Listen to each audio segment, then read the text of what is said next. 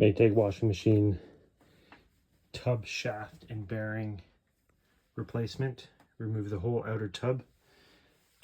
Try and wash it off.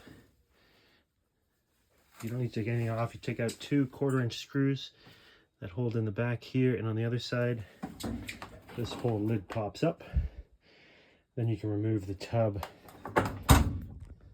Underneath the machine, we're going to take off this rotor, Allen key through there.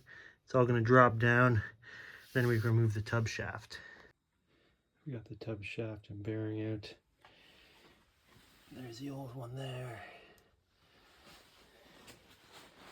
Time to drop the new one in. New shaft put in. You insert the bearings, put the shaft in, then put the seal over top. And then